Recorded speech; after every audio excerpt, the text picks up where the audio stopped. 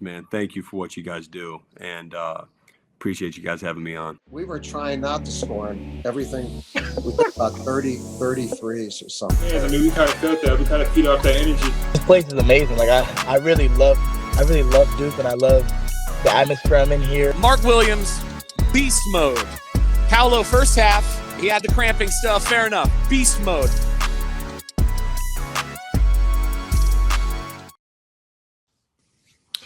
Welcome back to the Crazy Cast. It's that time of year. Mid-season grades. One of y'all favorite episodes, we know. Let's get this out of the way. First, there's actually two things that we got to get out the way. This is actually the second time we're recording this. We just recorded maybe about 15 minutes, had a fire intro. Everything was running smooth, and I realized we didn't hit record. You know, it's hard when we're not live. You know, I keep on forgetting, you know, but that's my fault. So we're docking Zion's mid-season grade for that intro, you know. You know, we're going smooth, but it's it happens. It happens. But the other thing I have to address, we're just gonna get this out of the way early because I saw someone called in and had a little comment. So we'll play this for y'all. Yo, we need a Russ and Zion Crazy Cast at least once a week. What are y'all doing? Duke fans deserve better. Let's go. Well, we definitely appreciate y'all. We definitely appreciate y'all for pushing us a little bit more. We got to be better. We will be better. You know, as we know, we lost Ryan this year, so it turned from 3 guys to 2, and it's harder to do one-man shows. So it's based off availability, and we will be more available. Like I said, we will add more people. But that is encouraging when you hear stuff like that because. It shows y'all are invested into what we do, and we appreciate that. And we will fight through to give y'all more. Even today, I'm giving you a flu game, so we appreciate y'all, but we'll be better. But I'm here with our DMs are open for wealthy benefactors. There are ways to make it more consistent. Unfortunately. not that we're pushing y'all to pants, but we appreciate y'all. But I'm here with my guy Russ. What's up, man? Russ did not watch the game on Saturday. I did not. I was in El Paso for a wedding. I was glad to see that it was a blowout. It made it so I didn't have to try to sneak watching a game. While in a holy place, like Thomas Hayden Church and Wake Up Dead Man or something. So. I'm happy to see that. I'll probably watch the game sometime later this week before we get to the Saturday game. But yeah. That was one of our best starts on Saturday. Probably our most complete game all season. So just noting that's the game that Russ didn't watch. So if we revert back to these crappy starts on Saturday. The one game sample size. That's right. Yeah, the one game sample. Just saying. Zion, you've also been watching during bad starts. Yeah, but I watched Saturday and it was a great start. It was a great start. So, we'll see. But y'all know the drill. These mid-season grades. We'll run through each player, talk about the teams. We have a bunch of callers in addition to the one you heard at the top of the show. So we'll also get to your calls after.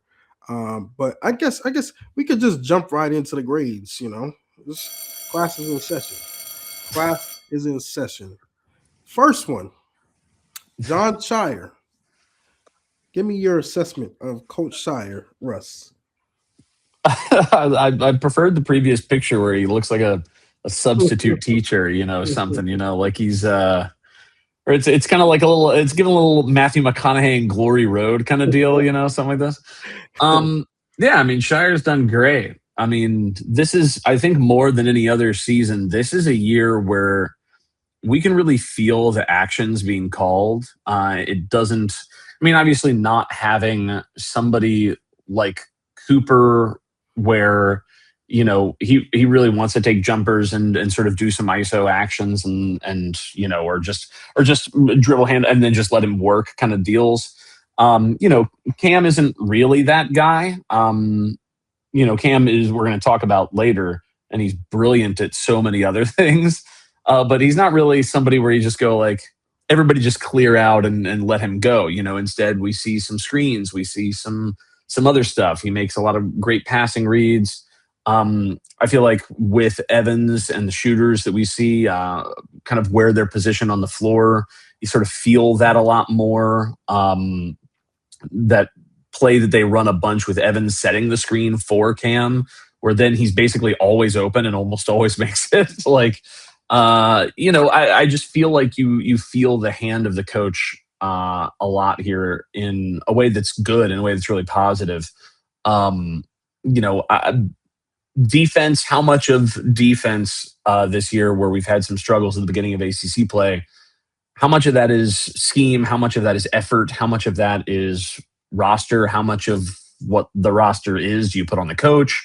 There's like all sorts of questions that can be asked there, but ultimately we're at 17-1. We're in pole position for a 1 seed. We're doing way better, I think, record-wise than I would have anticipated coming into the season at this point.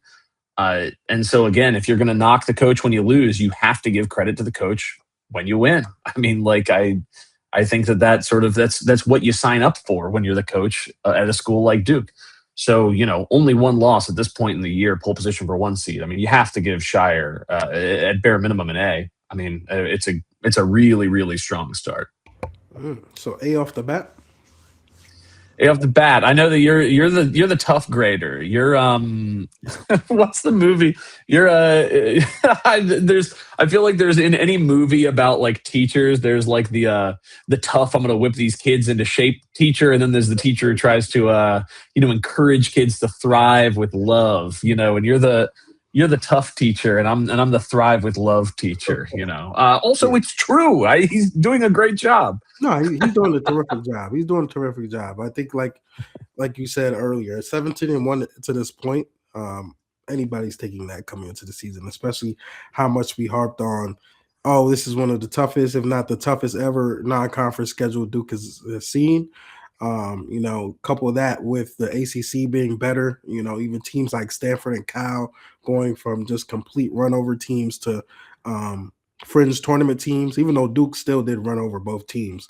I think it's been really impressive, and you can't really knock the results at this point. I think there's been some bumps in the road, as there should be.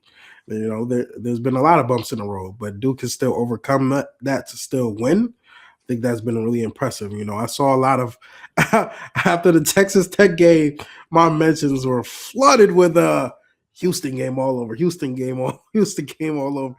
Yeah, sure. I think Duke, could have done a better job of closing that game out. I think Scheyer as well will tell you himself. I'm pretty sure he did say in the press conference that he has to be better. But that being the only blemish, an 18-point, lead that we had, that we faltered, is still really impressive. And, that's not a thing we can really take for granted at this point, especially with the landscape of college basketball. So yeah, I mean, the defense has had its struggles. Everything is out. The rotations, I think we're getting close to like locking in the final rotation and lineup. Still not there yet. That's why I will take some points off. But I'll still give him an A- for this first half. No A, but A-. December 11th through January 11th, I'd say that Duke played maybe 2 good halves of defense, for that entire month stretch, right? Second half of Lipscomb game, and then obviously a second half of Louisville game. Other than that, against some bad teams, we played bad defense. But again, California Stanford, we saw with UNC, I mean, beating bubble teams on the road is never a given, and playing well on the road against a bubble type team, never a given. So the fact that we played only 2 good halves of defense, between 12-11 and 1-11, and we only lost 1 game by 1 point. Again, I think speaks volumes to what they're doing on the offensive end and to the resiliency down the stretch that the team is displaying. Yeah. So, A for me, A- for me, A for Russ. Good start for Coach Sarr, 18 games into the season. Now we're gonna get into the players. Gonna start with the bench. First guy up, Maliq Brown. I actually had the stats up. This is the same presentation from last year. That's why the photo is the same. I had the stats up, and I saw that they were, besides, he doubled his point total. Well, from a rebounding perspective, I think from a field goal percentage perspective, even a steals perspective, this is pretty much identical to what he did in the first half last year. So, you know, for me, I think my early grade for Maliq, I'll actually give him a B plus. I think he's been, I want to say in the beginning of the season, there were I don't know the numbers behind this, but we're just watching the game. Defensively, there were times he struggled. And I think offensively, my biggest gripe with him is he doesn't look at the rim at times. I think we saw last game, like even he had an open lane to the rim. I think someone flopped and he was just hesitant. He eventually took the ball to the rim, blew the layup. Cayden Boozer had a putback dunk. But I need him to look at the rim at times because teams will use that against you, against Duke, when you don't have enough shooters in your lineup. And if Maliq Brown doesn't look at the rim, if he's in the post or he's under the rim, so I could sag off Maliq. And if Cayden Boozer's on the floor, he's not really a shooter. The floor shrinks. Dame Sarr is not in the corner. You're not really, worried about him shooting the ball. So I just need him to be more aggressive offensively in terms of scoring the ball. But other than that, I mean, for the most part, he's been Maliq Brown and has been, the Swiss Army knife defender, the great defender that he's shown in the past. But I did notice that in the beginning of the season, he had a lot of lapses defensively. But yeah, what you got for Maliq? Yeah, so I want to start by saying that I think last year I did similar to this where, like, if you're an older player, I'm going to grade you harder, right? Because there's expectation that comes, from our senior leaders, our upperclassmen leaders, whereas if you're a freshman who's like a bench freshman, we'll talk about that some later. I mean, like, I'm going to tend to give you a bit of an easier grade, right? Because of the expectations on what a freshman is bringing to the table versus an expectation on what, a returner from a team like last year's should bring to the table. And so having said all of that, Maliq is a really interesting case. I'm going to break down the case and then give the grade.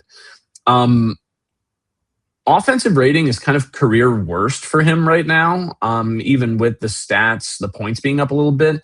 O rating down to 110 in ACC play. Now, granted, when you don't shoot a lot, if you miss a few shots, that really affects your rating. He's shooting 9 for 16 from 2 in ACC play, and he's normally always like a 75% make kind of guy. He also turns the ball over pretty frequently. He leads Duke in turnover rate. He also led Duke last year in turnover rate, but it was mostly due to turning the ball over more at season's beginning, and then he got better over time, whereas this year he's kind of consistently turned the ball over at a similar rate. I do think we get a couple of really great passes from him every game, but then we also get a couple of kind of head-scratching offensive decisions every game sometimes. The defense is definitely where things get interesting. His block rate and steal rate both up from last year. He actually leads the ACC in steal rate, top 10 in the country in steal rate. But in terms of defensive rating on-off for Duke, he has the team's worst defensive rating on-off out of every player. Teams shoot almost 7% better effective field goal percentage when Maliq is on the floor. But how much of that is with the lineups he's playing? Well, sure. Well, I'm gonna continue with it, right? Because part of it is also just how good Pat has generally been, especially in the first half of the year on defense. Duke is still a 92nd percentile defense with Maliq on compared to a 99th percentile with Pat on, right? So part of that dip is just because of how well Pat has played. But there's also the part of, and it's worth noting also that Maliq has been better to match with your eye test. He's been better in ACC play than Pat has on defense. albeit both of them have kind of been a bad impact defender in terms of like the effective field goal percentage of the team when either of them is on the floor, unfortunately. I don't know that it's a coincidence potentially that Duke's turnover forced rate, we force a highest rate of turnovers when Maliq is on the floor, and then we allow the worst effective field goal percentage when Maliq is on the floor. Maybe there's something, to that. This team doesn't have like a Malawach or a Lively or a Mark Williams, inside to clean up. We don't have somebody like Cooper Flagg running free safety out there. We don't have, see on a point of attack, except when Adame is on the floor, right? There's just maybe not as wide a variety of defensive weapons this year. So then that means if you've got a guy like Maliq, who very badly need on this team, because if we're going to play a team where the 5 can shoot threes, you need Maliq. Like you very badly need Maliq in matchups like that because Pat can't really defend out there. But then that means over the course of a whole season, you probably just need rim protection that much more. And Pat is just better at that than Maliq is, even with Maliq, having a career best block rate right now. I maybe just the hunting for turnovers allows some backdoor stuff or getting out of position a little bit. I don't know. I'd have to go back and inspect a lot of it, but I think that's an interesting lineup of things where his turnover rate, like the team's turnover rate, is best when he's out there, but the effective field goal percentage allowed is worst. Again, super valuable player, provides something Pat can't do. Impact has kind of undeniably been a little lower this year, than I think, we saw last year. So I don't know. I'm inclined to go C+, B-, because he was getting spicy, bro. he was getting ACC Defensive Player of the Year type hype coming into the year, right? Like he was getting first team all defense type hype coming into the year, and he's almost certainly not going to get that. Like there's almost no chance that he gets that. And again, the team is better defensively over the course of the season when Pat is on than when Maliq is on. I don't know. That then just makes things really interesting where now he's just kind of more valuable as a piece that's matchup dependent rather than in general. Again, he's been better in ACC play than Pat has probably. So maybe C+ is unfair. Maybe it's more like B-. But again, because he's a returning upperclassman leader, I just had higher expectations. So, I'm going to go in that range, I think. How many minutes is he averaging? It's a great question. I don't have it in front of me. Let me see. He's averaging 18. Which maybe feels about right. But again, it's in those 18 minutes. His impact defensively, outside of forcing turnovers, which does bring value. And in matchups where the 5 can shoot, he's incredibly valuable. But in other matchups, you kind of just need Pat to play as many minutes as humanly possible because Maliq can't bring this year what we kind of need there. I still kind of wonder how much, especially early in the season, how much of it was because of lineups, because he's playing with Nik Khamenia and Cayden Boozer, guys who are early on, especially like they're getting blown by. They were deficiencies on defense. Maybe, but then you also have to look at that the other way. We're going to talk about Nik Khamenia later, but his defense is graded a lot better in ACC play. Is part of Maliq's improvement in defensive efficiency. On off. Is part of that also because Nik is playing better. Where are we crediting Maliq versus not crediting Maliq? You know what I mean? Is kind of the bigger question. I think there's no question that playing, especially with guys like Cayden and Nik, who need to come along more, and I think are starting to come along more defensively as the season progresses. I'm not that surprised. And again, a big part of it I can't emphasize enough is that Pat was just very, very impactful pre-ACC play in particular on the defensive end. But still, I mean, look, we've all sort of seen the tweets when he like is trying to make a sweet pass and it just goes directly into like the hand. It goes nowhere near where he, he has those moments. He also has beautiful pass moments. I mean, it's just a mixed bag sometimes. But then, again, because he's a senior, I expect higher. I expect a little bit more. I expected a bigger impact and all defense type impact.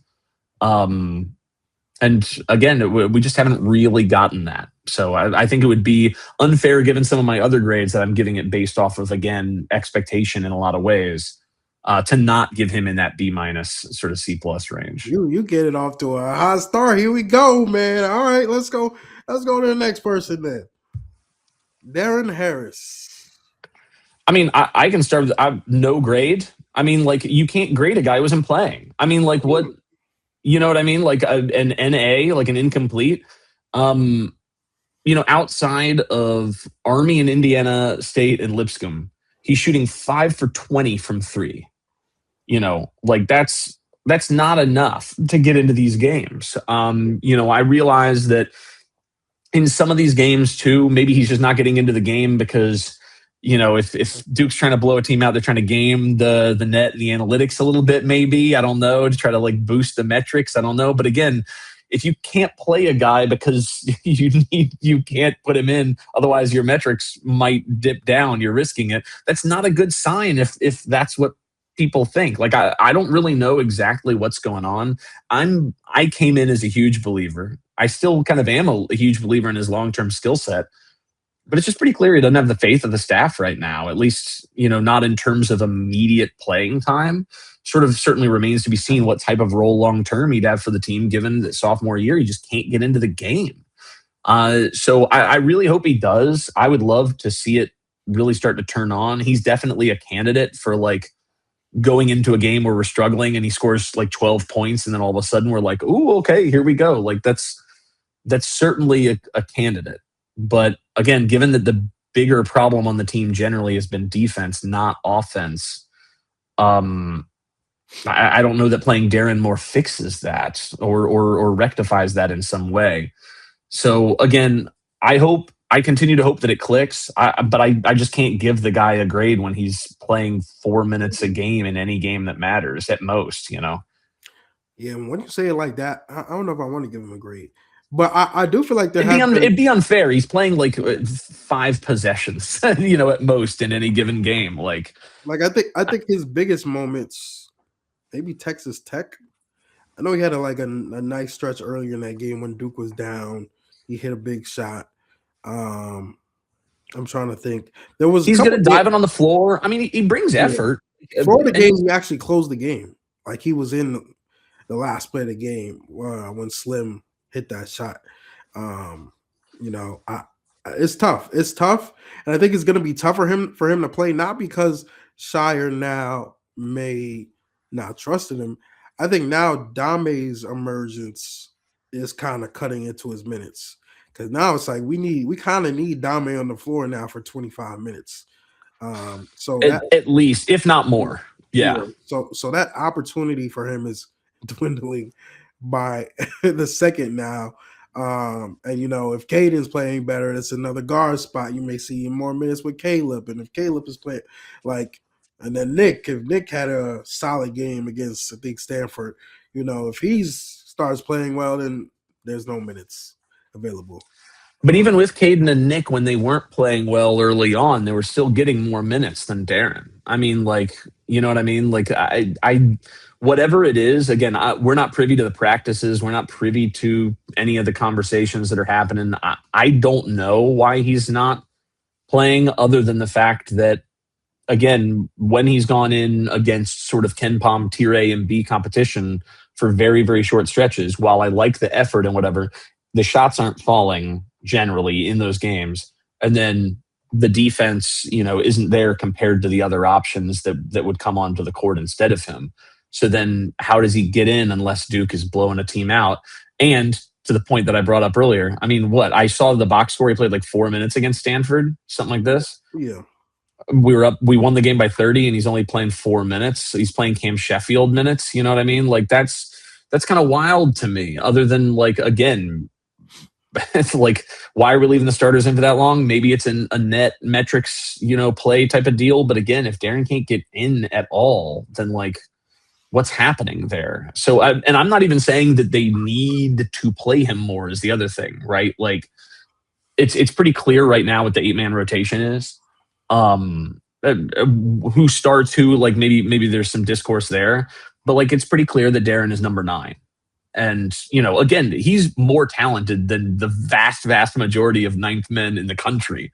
I mean, like, this is a guy who could be starting for, well over half of the high majors in the country. So, like, and he just doesn't play. So, you can't not give it an incomplete. And, I really hope that he gets those chances to come on and shine, because I'd love to see him really, kick ass at Duke, in a long-term setting. But we'll see about that. It's unclear, given that he just can't get in sophomore year. Yeah. Well, I mean, we'll see. Still might have his signature moment, but right now I'm really hoping so. That'd be awesome. Yeah. I mean, like, I'm a huge at high school. This kid ruled. I cannot stress enough how fun his games were to watch in high school. I mean. Yeah, but we'll see. We'll see with Darren. No grade for Darren. Next up, grade for Darren. Cayden Boozer, Big PG. Cayden Boozer. I like what he. You want to start, or you want me to start? What do we want to do? Because I'm going off the dome. I've been sick in bed most of the day. Yeah. Okay. Yeah. Cayden's one of our best offensive weapons right now, solely because of the way he passes and the way he sort of helps run the offense. He actually leads Duke in offensive on-off rating. Again, part of that is who he's like taking the place of when he comes onto the floor, and some of those factors. But part of it is like, he's played 60% of his minutes without Dame, who struggles on offense, and he's played over 2/3 of his minutes without Caleb, who we'll talk about later. Cayden's shooting has been pretty mediocre outside the arc, and at the free throw line, it's been like very okay at best. He's occasionally turnover prone because he forces the issue, but again, he's a freshman, and you really can't ignore the impact. I mean, again, he's second on the roster out of all of our meaningful guards and wings in terms of overall offensive rating. And on defense, I think he's gotten better over the course of the year. He marks, as a better on-off defender than Caleb is. He gets more steals than Caleb. I kind of think maybe he's even better defensively when he's not hunting steals, when he's just sort of like in position, which again, as a freshman, that takes a lot of time to learn. I definitely give a pass on some of his positioning issues that he had, especially early in the year, given the fact that he's a freshman. I think in terms of like foot speed versus Caleb and like matchup stuff and whatever else, there are interesting conversations to be had about the rotation and everything else as it pertains to the two of them. But overall, he's not like the one and done that some people had pegged. I do think he's a net positive player as a freshman. A guy that Duke, would like to really see continue to get better if they want to make the sort of noise in March that we expect. So I think I'm going to give Cayden a B. I think I'm going to give him a B. B. I'll give Cayden a B minus. I mean, it's between B or B and a minus. Not really sold to each one. I think you speak about him defensively. I think we've seen flashes of him, because in high school he actually was heralded as a good defender. Obviously it's high school, so you're going to make an adjustment guarding college guards versus high school guards. So I do think he still has potential there. I think we saw a little briefly. I think his best defensive possession this year came actually in the loss against Texas Tech, where we needed a stop against Christian Anderson, and he buckled down and locked him up for a possession. Like, that showed me, like, okay, there's something there with Cayden defensively, but the consistency, obviously, of it, you're probably not going to see it as a freshman. It's just what it is, especially a freshman that's getting inconsistent minutes. Sometimes he's starting, sometimes he's coming off the bench, playing 10, 12 minutes based off of what's happening, and that's hard. It's hard, especially for a guy who's probably used to playing, the whole game with the ball in his hands. I think that's been an adjustment for him, because even when he started this season, yes, he was playing point guard at times, but he's also playing off the ball as well. I think the shooting, it doesn't trouble me for his future. It troubles me for the current a little bit, Fair. especially when there are times he's playing off the ball and he's shooting, and he's shooting with space. Teams are starting to kind of inch towards, we're just gonna gap this kid, like we're going to leave him alone, and I think it's the further we go into the season, teams will start using that a little bit more, trying to make him hit shots. But he's made a lot of nice plays in the point guard position. I think he's still clearly the purest point guard on the roster. I loved the moments he gets into the lane and, he'll throw up a floater, or his other option is throwing up a lob to Pat or Malik, and I think no one else has done that really as a guard on this roster. I think that's still valued. But he's gone through some struggles. And I think, he'll need a little bit more development. I never saw him as a one and done. I don't know why that label was on him. Yeah. I mean, I've talked a lot about the sort of Twitter mock draft Excel spreadsheet, type dudes who, he was just so efficient in high school that if you just look purely at the stats and the pedigree and the fact that he's going to Duke and was going to play with this, loaded roster, I think people were just kind of like, oh yeah, he'll just like keep that same level of efficiency, and that's that. And that just doesn't happen even for somebody who I think tracks as a long-term and incredibly good college player. Right. I also do like, to two of the things that you said, I think that Scheyer has done a really nice job this year at sort of avoiding the Trey Jones 2019 thing where there were so many possessions because they wanted RJ with ball in hand or Zion with ball in hand, where Trey would just be ready to shoot on the perimeter when that just wasn't his strength. Whereas on this roster, I feel like that doesn't happen nearly as much. Occasionally, especially when Cayden and Caleb are on together, sure. But even when Cam's got the ball in his hands and Cayden's out there, it's very rarely just waiting in the corner to shoot. It's usually somebody, more above the break, if they need to kick it back out and then he can create. We've seen some nice little floater stuff from him on occasion. He does know how to use his body, I think, better than most freshman point guards do, getting inside, using that size. I think the other question as it pertains to defense, obviously, is it's very easy for people to see when Cayden's defense is bad because it's almost certainly a foot speed related issue where somebody just blows by him. Whereas Caleb doesn't really get blown by, right? Because Caleb has pretty good lateral, speed and burst in that respect. But I'm not convinced that Cayden, at least at this point in the season, is a worse defender than Caleb. I think that Cayden is figuring some things out. It's just that he's the worst defender. Don't do that. There are conversations to be had, is my point. I think there are conversations to be had. I don't think it's as clear cut as it was earlier in the year. I'll put it that way. Over the course of the season, Caleb has been a better defender, I would think. But we'll talk more about Caleb later. But I think it's the nature of when his bad defense shows itself, and it's like a blow by. And that's the most obvious, this guy can't. People are just immediately he can't defend. Right. Whereas I think he's pretty good as he gets better at positioning and, figuring out where to be on the floor, which for freshmen is just really hard in a new scheme. I think we'll see that less and less. And I think we'll see sort of net positive defense sort of skew in the direction of net positive defense. So again, I think B- would be fair too. Certainly. Again, he's a freshman, so I went B, but I think your grade is fair too. Yeah. Definitely want to see him attack more. I feel like he's a better finisher at the rim than I think we've seen. He's flashed a little bit, but hopefully we'll get a little bit more of that aggression from Cayden. And those floaters, I think, will be a huge for if they do start to sag off the shot. He's just such a good passer that if he can just take a couple dribbles, get some downhill using his size, and then he's got floater options, he's got pass options, he's got I'm not overly concerned long term about it, but I agree that a Cayden 3 right now is maybe not like my favorite offensive possession. Yeah. Next up, Nik Khamenia, another freshman. I don't know if I updated these stats. Maybe I didn't. Maybe I did. But what's your early?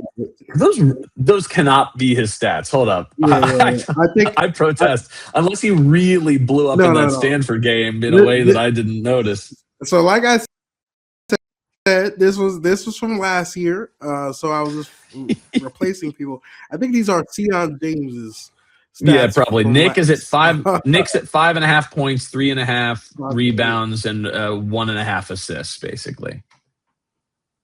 Okay, yeah.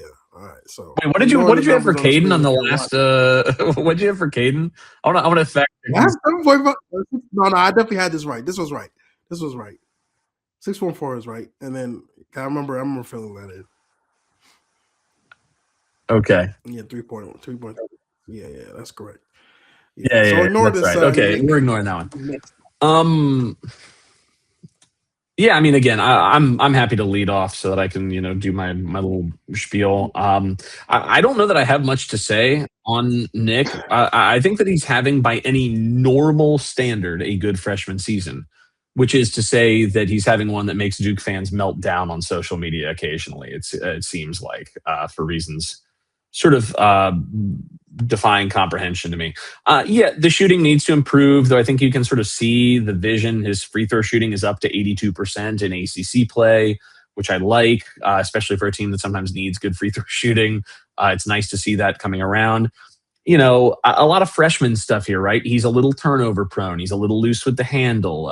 Sometimes he looks for the foul instead of actually making the basket, right? Not necessarily always as strong as he needs to be defensively or in the right position. This is all just like typical freshman stuff. I think the flashes are there. And then since ACC play started, he's actually been our second best player on off and our third best defensive player on off in ACC play. Which again, maybe that has to do more with some of how some of the other players have started to sag or whatever else. But I think it also speaks to the fact that Nik is coming around slowly and steadily the way that we would like a freshman to do.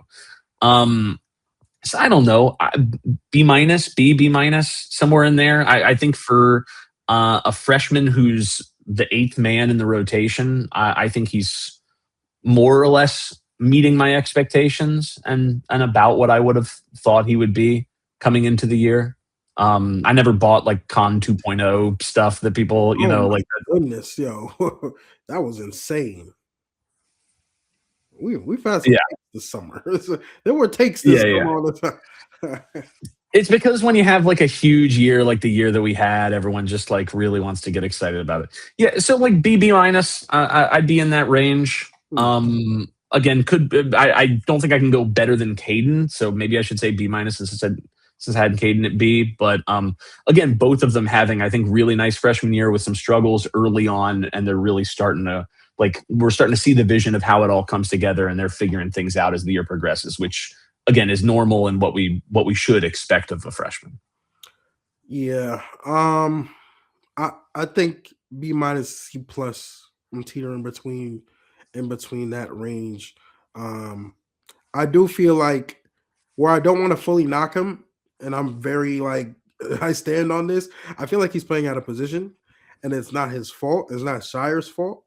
I think Nik is a 4. He's always been a 4, even in high school. He's just been a 4. I think he projects as a 4. His body just isn't there yet to play the 4 and consistently. And obviously, our 4 position is our strongest position because of who's there.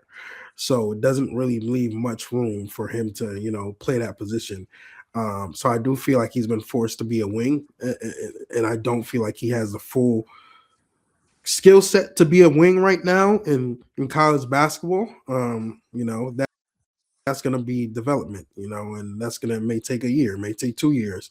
But I do feel like, he's shown flashes, especially his passing ability, his versatility. A lot of the stuff he does is the intangibles. It's the stuff you can't quantify. the diving on the floor, the extra, loose ball, grabbing the extra loose ball, grabbing the offensive rebound. He'll do it in spurts.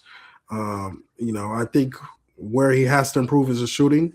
I think he's a better shooter than he's shown, but it's a little concerning that most of these shots are wide open. We're 18 games in now. It's a lot of corner threes wide open. I think you'll see you'll if you look at the tape, there's so many plays where Cam is breaking down the defense and he'll kick it out and it's to Nik and he can't hit that shot. We're gonna need him to hit that shot. He's gonna need to hit that shot, especially if he wants to play in March. But that those are the growing pains of a freshman. You're gonna get the inconsistency shooting the ball. In conference play, he's actually been worse shooting the ball than he has out of conference play. Obviously, it's only 6 games, but like Russ said, the free throw percentage is a little bit better in conference play. So maybe signs, for down the road. But I think he's a guy that's ever going to leave the rotation just because, like I said, I think he does the intangibles. And at the end of the day, even though he may get blown by, he's a 6'9" dude who competes. He's competitive. He's fiery. He wants to win. Like, he's going to find some minutes on the floor at some point. I think Scheyer loves that from him. So I give him a B-, C+. A lot of improvement, from him still. But obviously he's still a freshman. But, I'm hoping he takes, the next steps for the second half of the season for sure. Let's go to the next person. I don't even know who's next. Oh, this is a good one. This is going to be interesting because I was thinking earlier today, I'm like, Caleb Foster may be the hardest person to grade on this roster right now. I'm going to give you can start all of them. I'll just go. I want to hear from you first anyway. All right. So again, he's our veteran leader. Okay. Like you definitely have to grade him harder than like we grade Cayden, right? Because Cayden, it's his first, few months, of college basketball play. Mm-hmm. He's recovered his 3-point shooting compared to last season some, which is good.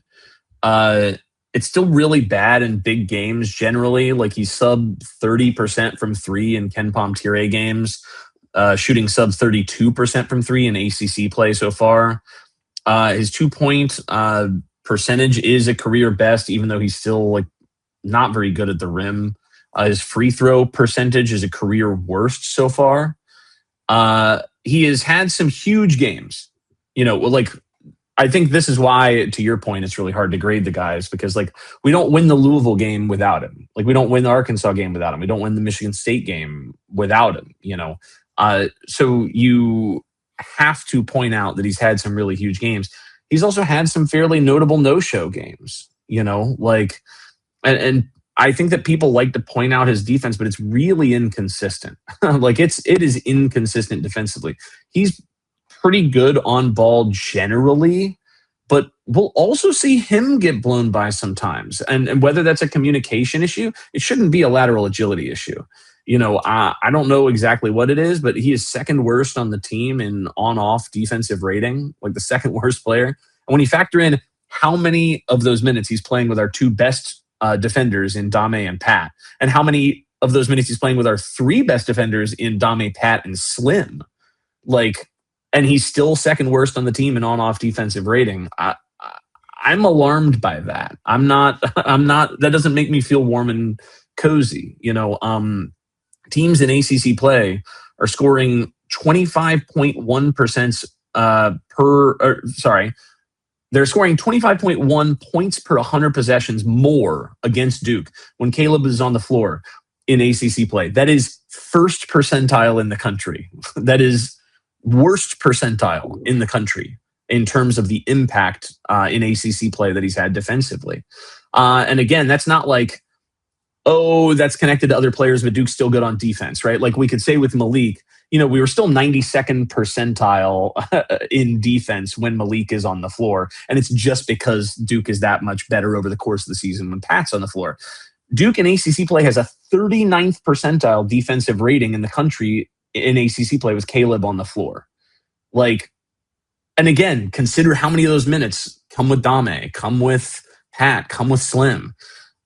So that's alarming to me. I mean, like if Duke wants to deliver in March, we need the Louisville, Michigan State, Arkansas, Caleb consistently night in, night out. And it's a little alarming to me that we're at junior year and we're still not like getting that degree of consistency. And at a certain point when you're at junior year and you're not getting there, like I think we talked before the season about like somebody like Wendell going into his junior year, right? That he had gone through some bumps and some up and downs in terms of his consistency level.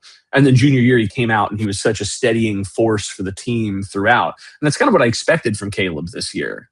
And we just haven't gotten that this year. As the elder statesman, I really think the pressure is on him to be the better guy that we need going into March.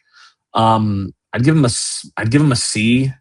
I think like if you frankly wanted to go a little harsher, you probably could. Dang, a C. I just realized what you said. He's your veteran. He's your captain, right? He's your veteran leader. C, bro. A C, though. The efficiency, dude. But what did I say that was wrong? Is my thing, right? Because I wanted to give him, because when he has those big games, like your emotions tie to the guy, right? And you go like, okay, this is my guy when he makes a big play, and he does have the knack for making occasional big plays. But like a lot of those slow starts in conference play, you could also say he played a role in, right? Like I want to say the slow starts has been an issue all year, so I want to say it's fully Caleb. But like, it's not fully Caleb, but he plays a role, doesn't he? A C means like you're damn near failing. Like a C is not damn near failing. A D is damn near failing. I come from a Nigerian household where it's A's and B's. Like it's not even B's. The B's is looked at terrible. C is well. Then why do you grade the way you grade?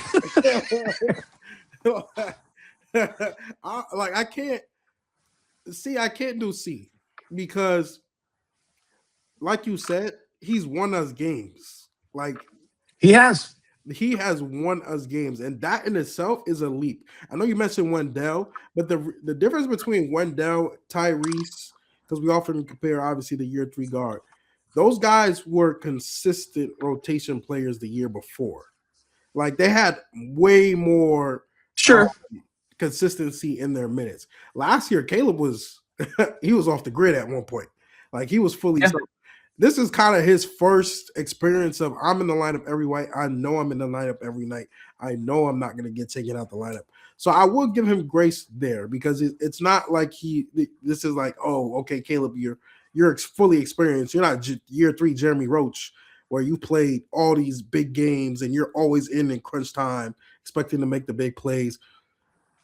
So I won't fully, dock him for maybe not being as consistent. I think obviously we want him to be consistent. Like you are one of the veterans on the team. You played in the 5-4. But I won't fully. His freshman season, he played a lot of minutes. He played a ton of minutes his freshman season. I know that, but he was sharing the floor with Tyrese. He was. Okay.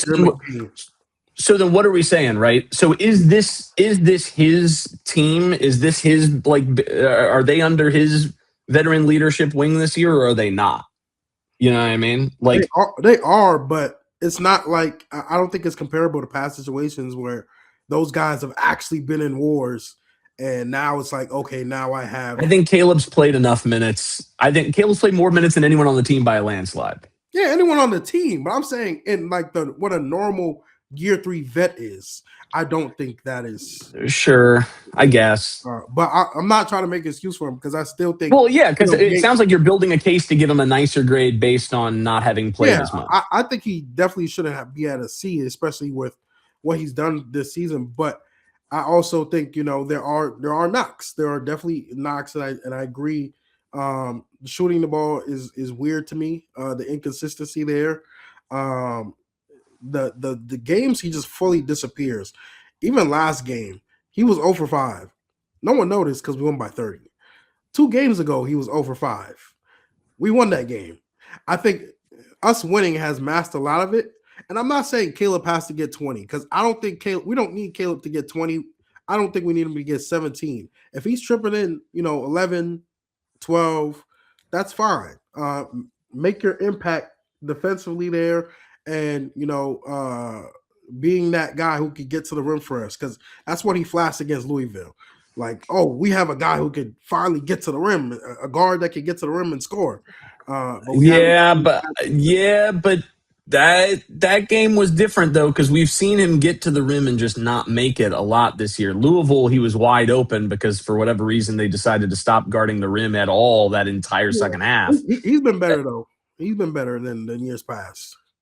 I'd be interested in looking up the stats at the rim because like the eye test, I'm not like necessarily convinced. Because I mean, if you look at his games, like you said, Arkansas 15 points, big shots there. Michigan stuck 12 points. If he's showing up for the big games, even Texas Tech, he had 2 threes, 8 points, wasn't the highest scoring game, but he hasn't completely disappeared for the big games. It's these games that we're in wars in that we shouldn't be in wars in, that we look at the box score and we're like, Caleb, where are you at? And if he's showing up for the big games, that's a big plus on their season. Like, because that's when it's gonna matter the most. So if I can trust you against Arkansas, Florida, Michigan State, Texas Tech, all these people, then I can trust you in March because that's when it's gonna matter more. But obviously there hasn't been consistency. And I think defensively, I think he's still been solid. I mean, I looked at what he did in times he was guarding Day Ames last week. He was good. At times he was switched on to Okori. He was pretty good last game. So, I'm not gonna fully knock his defense. I think he's still been solid, respectable defense, despite what the numbers say. But we still need more from him. We need more from him as a leader.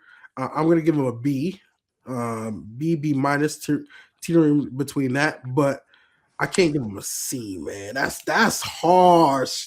I'm supposed to be the hard grader. His freshman year, he shot 58.3% at the rim. His sophomore year, where everyone was knocking his finishing at the rim, he shot 50% at the rim. And this year so far, he is making 40% at the rim. That's 10th percentile in the country. I mean, like, how fast that is though. But 40% is not good. So I'm not going to harp on that. I mean, I'm not going to say make the full excuse for that. But him versus, and consider how many of those makes were in that one Louisville game. I mean, again, it's a huge moment, and he made them. I'm not trying to take that away from him. Like that's a huge thing. It's just like when you are this guy. I'm sorry, I expect consistency. From the guy. He's playing fewer minutes per game this year than he did his freshman year. Still, he's playing now. It's 0.1 minute fewer, but like. We talked about how he was sharing like so much of that like load freshman year. He was still just like playing a lot more. Granted, they were doing more 3-guard lineups. I understand. Yeah, that's what I was going to say. The role is completely different from his freshman. The role is different. He was literally a 3. His freshman year, he was literally playing the 3 like Dame Sarr, and you're going to sit you in a corner. Occasionally, you'll get a chance to drive if you can attack a closeout. Like the role is completely different. That's why I'm like looking at. Even the numbers at the rim, sometimes in this year, he has to try to create his own shot. And he's not that good at it. I mean, just reality. He's not that good at creating his own shot at times. So I do feel like that factors into the numbers being considerably lower. But, obviously he has to get better. He has to get better in that. Look, I'm a big fan of the guy, like generally, and again, I'm just maybe my expectations are unfair here, but like when I was going through and trying to figure out grading, it's like, well, I look at the shooting numbers. They're not good, right? Like the shooting numbers are not. They're fine. 37% from deepest. is good, bro. 37%, but you look at who that shooting went up against. Sub 30% in the big games, sub 32% in all of ACC play. Like if you have a big game shooting against, Army or whatever, that skews some things. Like I'm sorry that it just does. I don't think that's because Michigan State, he was 1 of 4 from 3. That was the biggest 3 of the game. It was the biggest 3 of the game, and you know what? When he took that shot, everybody on Twitter was going, no, yes, right, when it went in. Like, because, look.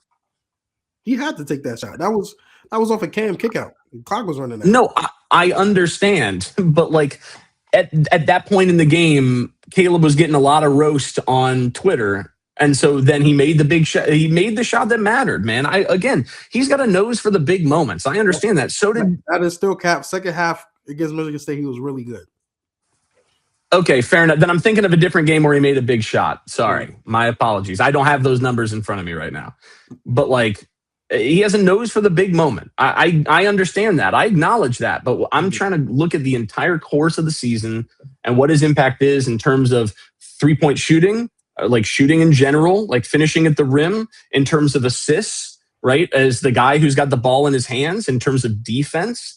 And like in all of those things, like what's the area other than the area of he delivered in some big moments, which you cannot ignore, and I will not ignore. But if you leave that out, what's the thing that you would say like Caleb Foster is indisputably really good at so far this season? Really good is a strong adjective. Okay. Okay. Well, you get okay. If maybe your B is equivalent to my C. I don't know exactly how the skew is, but like the point that I'm trying to make is like if I'm going to give somebody an A or even a B plus a B, I've got to be like, okay, either A, he is a freshman who is starting to figure things out, but he struggled at first, or B, he does something or some things at a really, really good level for this team, like on a regular basis, and I'll be honest though, you can't really say that about anybody on the team except Cayden Boozer.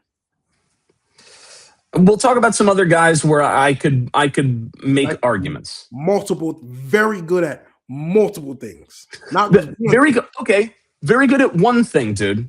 Name me one. His clutch play. Rebounding at the guard position. Okay. I'll give him rebounding at the guard position. His clutch play has been really good. His shooting for the most part has still been really good. No matter how you want to skew his versus such and such versus such and such, his shots haven't changed. They've been the same shots versus Texas. Like he's getting open shots. I'm not going to skew it versus because if that's the case, Nik Khamenia shouldn't be shooting at all. Because he's shooting 30% from deep entirely. And I'm sure it's worse for his good teams.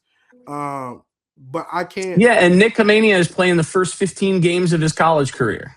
For sure. But I'm saying, like, we can't just skew it's versus such and such. Maybe overall game, if you want to say, okay, he's averaging 25 points versus Army teams, and he's averaging 6 points versus, the ranked teams, sure.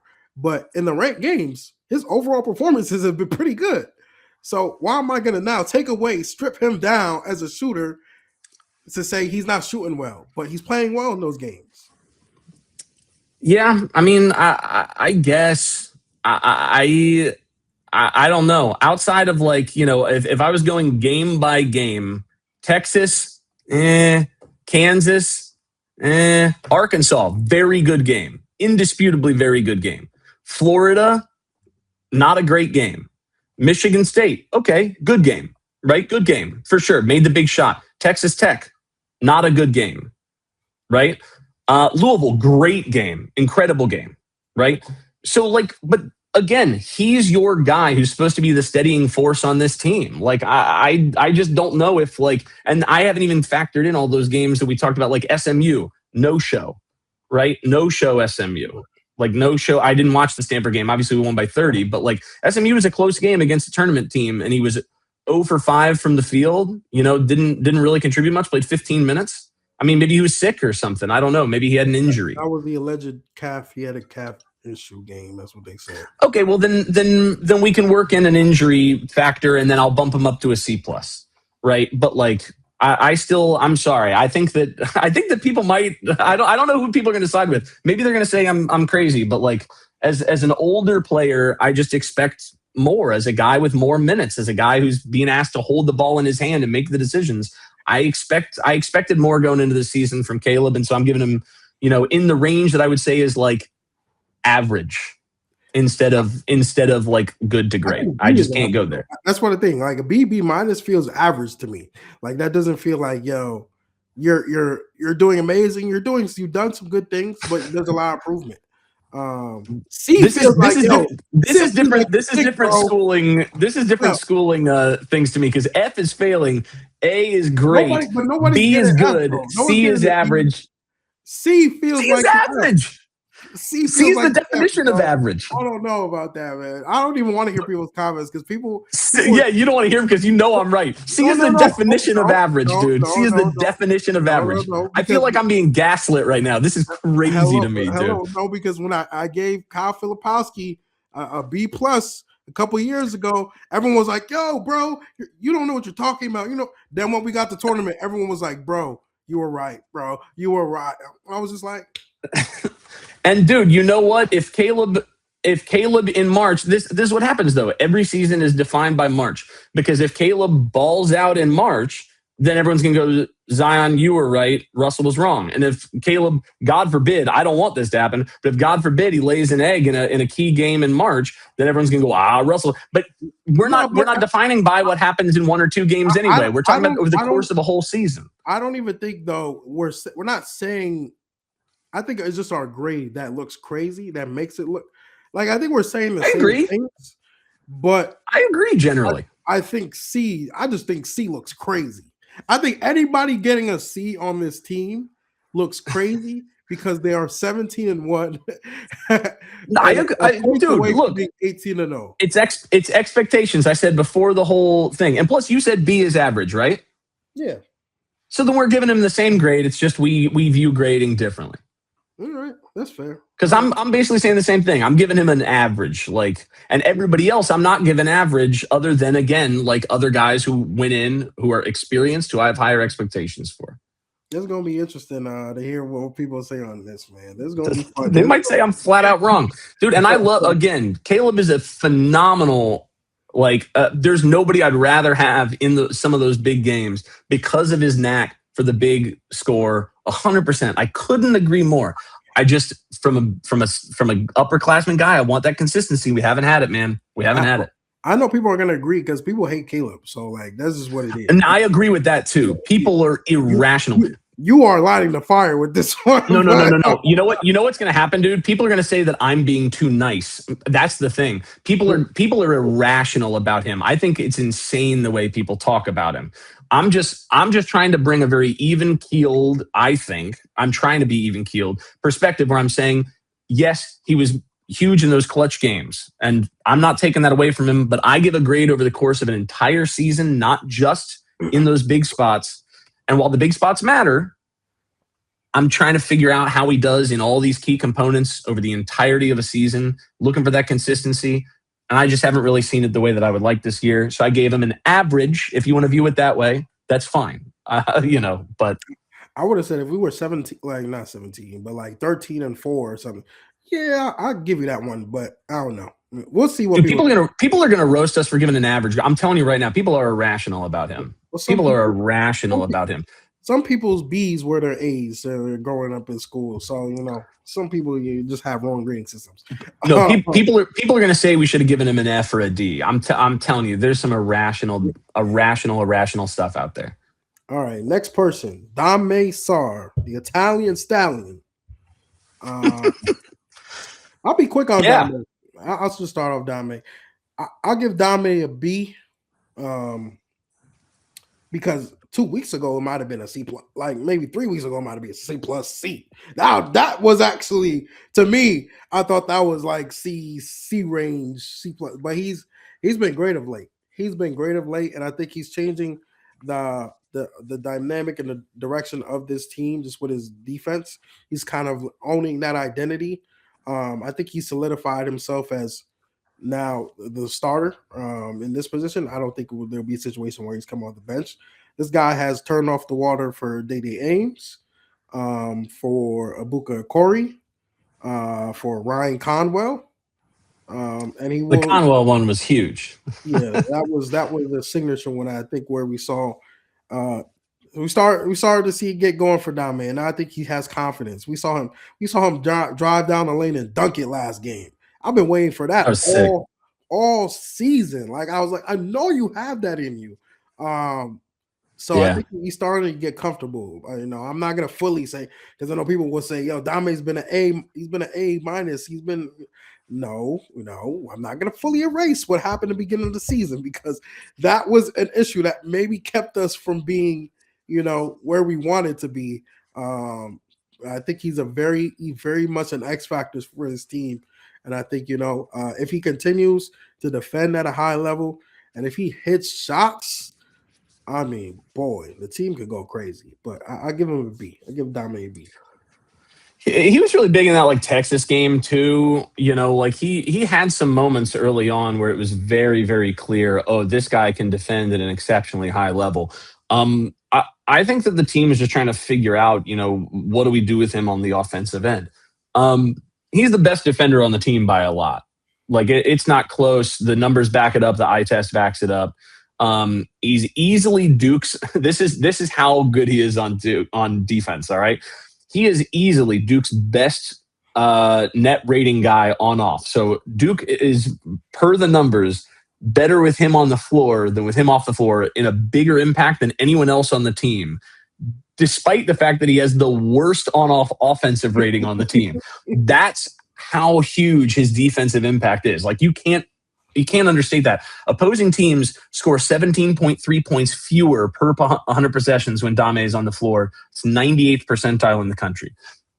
The offense is frequently rough, yes, but I think a really, really important thing, everybody is in my mentions. Talk about another guy that people, because there were a couple of big games where he missed some shots badly, and then everyone was just kind of like, oh, he can't play, oh, he can't, and people got irrational about it.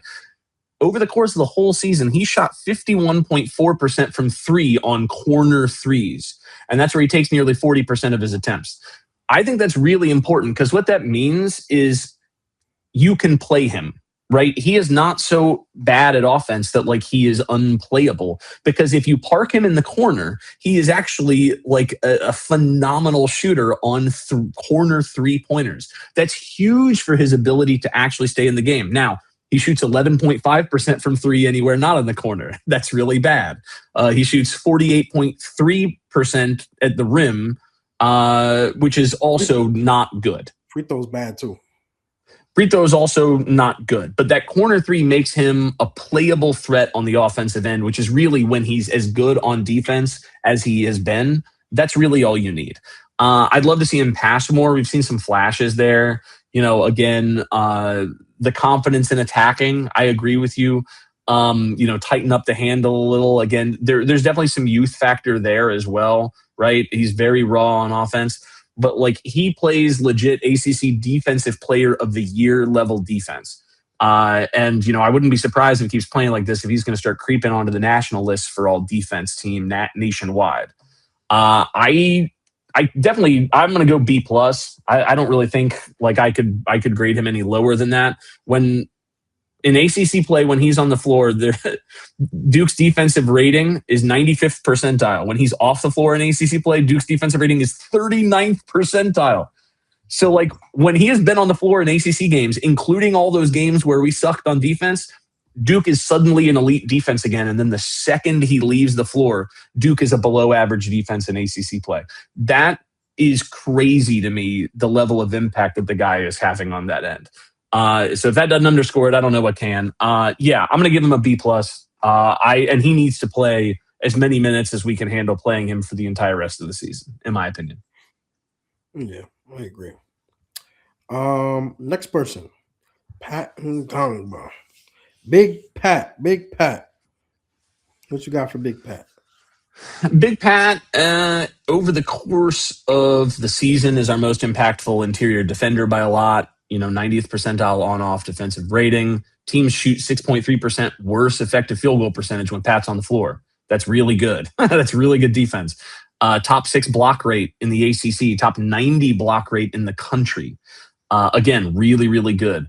I think that we see issues at times with things like defensive rebounding positioning. The recovery speed is maybe a little less than what we're used to on some of those, like high hedges or whatever, right? We're used to like guys who are freaks.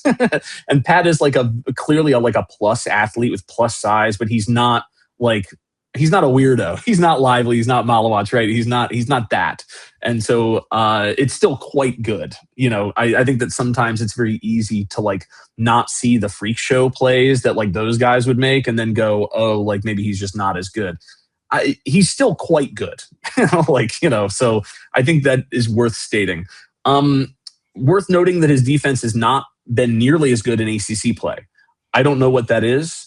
I don't know how much of it is other players. I don't know how much of it is I know he's had a hand thing or something, right? He's had things that people have I don't even know if he's on an injury report, but he's taped up, right? He's got a thing on his. Am I tripping or is it him? I'm 90% sure it's him. His right hand. Yeah. I don't know if that affects some stuff. I don't know what exactly is going on there. But it is very clear he is our best interior rim protector by a lot over the course of the entire season, even with the slip in ACC play. I think offense is, maybe a bit more interesting. Top 11 offensive rebound rate in the ACC, still good. Number 1 in fouls drawn per 40 in the ACC play, still really good, even if he's only shooting sub 65% from free throw. Still very clearly a net positive, shooting top 22-point percentage. Really more than anything, this is not Pat's fault. I'm kind of surprised that his offensive usage is as low as it is. I mean, he's only taken 3 more shots than Dame over the course of the season. He's only shot maybe 10, 15 more times than Nik and Cayden. I clearly that's scheme in large part. But I'd love to see them. There were 1 or 2 games. I forget which one it is. Zion, maybe you remember it, where you tweeted something along the lines of we need to see some Pat post up stuff. And then they gave him a couple of post ups and he scored easily. It might have been SMU.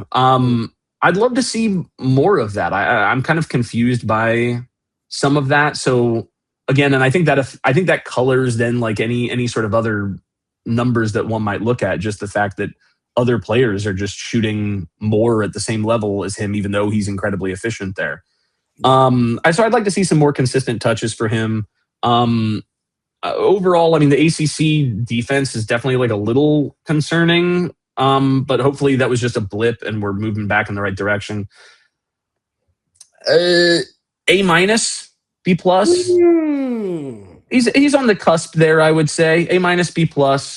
Again, I think the people who are the Excel spreadsheet mock draft people who have him top 5 in the draft or whatever, or maybe a little, maybe they're way out there on a limb. I'm not there. But he has very clearly been a very good center on a front court that is clearly one of the best in the entire country. Yeah, I think we're gonna agree there. I was thinking A-. I'm trying to talk myself out of it. I think even the Louisville game, that's probably his worst game all year. Played 10 minutes. Number 1, Khalifa. Yeah, he had that blow up. Yeah, Khalifa was hitting threes, and then he just had some bad fouls. Got baited by forgot what his name Pryor into picking up a technical foul. He was just in bad foul trouble that game. And then he immediately because he was clearly mad about it, he went to go make a hard move against him, and then I think he got an easy offensive foul call on or he missed it, and then he had to try to get the offensive rebound, but he was pissed he missed it. Sometimes Pat, what I love about Pat too is that he plays with emotion. When he gets some emotion in there, that's great. This team needs players that play with emotion. I love when Slim and Dame, I mean, that's 2 great examples of guys who play with a lot of emotion on the floor. But every once in a while, you'll see Pat get a little pissed and maybe get a little reckless with it. But there's you want to talk about a guy who did not play much last year. I mean, this is definitely his first real year for sure. Yeah. So there's a little bit of that weighed in as well, for sure. Yeah, and I think even with his latest struggles, I'm not gonna ignore even what we saw from him in the beginning of the year. That Florida game, that was one of the best games I've seen from a big Duke center ever. For a guy who only had 11 points that game, it was 11-5, 5 and 5. I think that was just pure dominance and his run protection against huge reason we won all those games. Huge reason we won all those games. I think that showed me a lot of what he could be. And at the end of the day, you look at his numbers, he's averaging 11 and 6. I mean, I don't remember the last time I don't want to say I don't remember the last time. I just know Kaman wasn't averaging. I think Kaman was maybe in the 7 range, maybe midway point through the season. But having a center, average 11 and 6, I think even itself is impressive. But I think, a little bit what you said. I don't want to fully blame Scheyer and be like, Scheyer, I don't think you've been using him right. I don't think that's the case. I think he's working out the kinks of his offense. And, but I think we saw a little bit against Stanford. They took 10 threes and they just pounded the ball inside. It was just Pat, Cam, inside all game. That's what I've been begging for all year. Obviously, I think, Scheyer, let's say himself, he likes to have a team that can shoot threes. But their strength is going to be in the interior. And, we just need to put Big Boy on the block and give him the ball sometimes. Like, he could get a bucket against anybody. And I think, he's been able to flash it a little bit of late, especially SMU. He came off the bench, had his career high, 17 points. So I think Big Pat has been really good this season. He's had some lapses, as you would expect with someone who's playing their first full season of ball. As you would expect with someone who's a little bit slow-footed on the perimeter, he's going to struggle against teams who can shoot. We knew that coming into the season. Like, that wasn't something that, we're like, oh, wow, that's shocking. Like, we kind of knew that the season pretty sure we said on the preview to the season that Maliq is going to be in for those moments. Like, that's what he's built for. So I think besides that, Pat has been, great this season. I'm going to give him an A-. Yeah, and I mean, again, if you're looking at consistency too, I mean, not to relitigate the Caleb, conversation, but Pat is a model of consistency on this team. He has only scored single figures, in 5 of the 18 games. One of them was the Louisville game where he only played 10 minutes. Another was a blowout in which he just didn't have to score at all, right? He's sort of been a model of consistency. I think sometimes the rebounding becomes weirdly a question, but also when you have somebody like Cam Boozer, who's a Hoover, when it comes to getting all of those rebounds, I mean, it doesn't matter as much. So I do think you're more inclined to see from a guy like Pat, a game like the Stanford. Again, I didn't watch the Stanford game. He got 1 rebound, but he probably didn't need more. I mean, even in some of the bigger games, he'll get a 5 rebound game and people are like, oh, he's so huge. Why is he only getting 5? Well, then you look at what Cam got and he got 12. It's oh, well, okay. Yeah, correct. That evens out then. Right. Yeah. And again, Pat is being asked to do a lot defensively when I think Pat is probably more of a pure drop big. And he's not really being asked to be a pure drop big a lot of the time. He's being asked to do, some of the high hedging. Occasionally they're asking him to do some switch stuff. They're throwing a lot of things at him, and so I think positioning again in his first real season is probably also a bit of an issue. I would love to have seen a junior year Pat. I don't know that we're going to get one, but it would have been really nice to have gotten one because I think he would very clearly be easily one of the best centers in the country next year. We're not going to get one if these people keep on having him number 5 in the draft. Yeah, I mean the people who I trust have him sort of in that late lottery mid first kind of range. Yeah, someone had him East Report had him at 16 today. Yeah, and The Athletic has had him sort of consistently between 14 and 19, right in there. That feels right to me. That does feel correct. Whether you want to come back for another year, buddy? Maybe we'll see how the rest of the year goes. But man, he's a model of consistency. Like him and Cam both obviously are just. It's a reason why this is one of the best front courts in the country by a country mile, because like every single night, generally what you're going to get from these guys. Well, we got another guy who maybe the consistency hasn't been there. Of late, it has been, though. Let's talk about Slim. Big Slim. Showtime Slim. Showtime Slim. I can get over Slim. Slim has been up and down for sure. Like, there's no hiding it. There's been, especially early on in the season, I think him trying to find his jumper. But I think, while people will say, he couldn't find a shot earlier in the year, I think a lot of people, especially Duke fans, will overlook a lot of things he has. Like his defense, he's become like an actual good defender, smart defender. I mean, even that Florida game, we're talking about Pat having 5 blocks. Isaiah Evans had 5 blocks. I think he's in better position this year. He's playing a lot smarter, and I think we've seen of late that shot is starting to fall now. And he's starting to become that scorer that we all kind of envisioned, averaging over 20 points in ACC play in 6 games.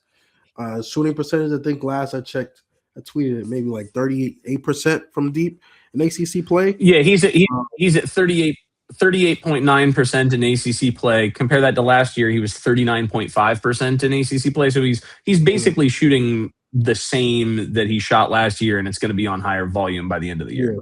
Like he's taking 9 threes a game in ACC play. And I think one thing I think we all should value him as Duke fans for. Value this guy for. He's the best free throw shooter. He's an elite free throw shooter. And I think with this current roster that we have, that cannot be taken for granted. Like we have someone we can at least trust to shoot the ball in crunch time from the free throw line. I think that's going to come up big for us. But overall, I think Slim has been great. Despite the early struggles, I factor in a lot more than his inability to score. But it did get to a point where I won't lie and say, okay, Slim, you need to start scoring for us to be a great team. I did have that thought, and he flipped it on quick. So for that, I give Slim a A-, B+ range. Either one of those. I don't really know which one. But I think Slim, especially of late, has really established himself as one of the better guards in the ACC. I mean, it was really only that stretch between Arkansas and Texas Tech where he was really struggling, to score. Like just sort of a 5-game stretch in there. And again, 3 of those defenses are like among the best in the country. You know what I mean? Like I kind of just think he's been really good for the most part, 2 ways good all year. There have been a couple of like anomalous, like the Western Carolina game or the Indiana State game, where he just he only scored 7 in one and 5 in the other, and he went 1 for 13 from 3 in those 2 games. It's like skewing his numbers a lot. That in some of these games against like Howard and like whatever else, that he just kind of took some casual threes, got some calisthenics in, and got some light cardio, and then they didn't need him because they were going to win by 50 without him. So some of the numbers I think early really skewed against him, and maybe they're still feeling like a bit of the trickle down effect of that. He went 2 for 20 in like 3 games that were blowouts, from 3. Whatever. You take those away, we're not bad. Yeah, that Arkansas, Florida, Michigan State, Texas Tech stretch, he wasn't great. He definitely missed some threes. Wasn't being as aggressive from 2, although again in the Florida game, I thought he generally, outside of missing from 3, I thought he did play well in the Florida game. That was a good game. Yeah, that was a good game for him. Yeah, and people forget, he was really good in the Texas game. He was really good in the Kansas game generally. I think that the idea that he only now is figuring it out, there was all this discourse in the public sphere of who's Duke's second option, who's Duke's second. It's so clearly been him, from the beginning. From the beginning, it's been him. It's always been him. He just had a bit of a slow stretch. And hey, guess what? In that stretch, they went 3 and 1 in those 4 quad 1 games against really, really good tournament teams, right? So like it ended up being fine. I have some stuff I pulled. First of all, his game has so clearly expanded, like in a way that maybe people, the weird people who were sort of skeptical about him because last year he was basically just a 3-point weapon. And then they were like, that's, he's just going to come out and fire some more threes. Well, he's already taken nearly twice as many 2s this year as he took last year. He's already taken twice as many free throws as he did last year, which is great. He's our best free throw shooter by a lot, like you said. People point out that the 3-point shooting is down, but as you pointed out, in ACC play, it's basically not. And even in those games where he was struggling, like teams have to stay on him. A big reason why we might win those games is even with Slim not making those baskets, defenders can never leave his side ever because they all know what a good shooter he is. And he is also our most impactful non-Dame perimeter defender, like pretty easily. Again, 3rd on the team in on-off defensive rating. Top 16 in the ACC in both block rate and steal rate. He's also one of the best players in the country at defending without fouling, even with those impressive, defensive metrics. Again, even in ACC play, when Duke's defense has struggled, Duke is an 89th percentile defense when Slim is on the floor. Again, 2nd best on-off defender in conference play. I think he's just having a great year on the whole. I mean, again, talk about a guy who I would selfishly love to see another season out of. I mean, he's we're really just seeing the sort of guy that we know he can be.